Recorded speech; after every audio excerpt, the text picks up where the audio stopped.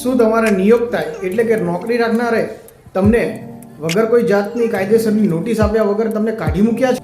તો તમને કાયદાકીય રાહત અને કાનૂની હકો મેળવવા માટેનું માર્ગદર્શન અમે આ વિડીયોમાં કરીશું. સર્વપ્રથમ તમે તમારી નોકરીનો કરાર જુઓ.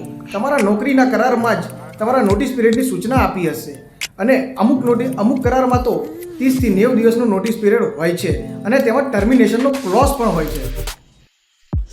અને તમારા કરારથી તમને એ પણ જાણવા મળશે કે તમને વધારાના ફાયદા એટલે કે ગ્રેજ્યુટી, બાકીનો પગાર અને અન્ય ફાયદા હોય તે તમને મળશે કે નહીં.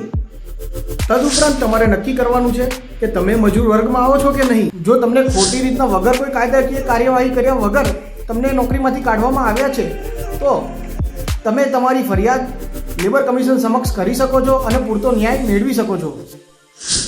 પરંતુ જો તમે મેનેજર લેવલની પોસ્ટ ઉપર છો તો તમારે સિવિલ કોર્ટમાં દાવો દાખલ કરી તમારા હકો મેળવી શકો છો.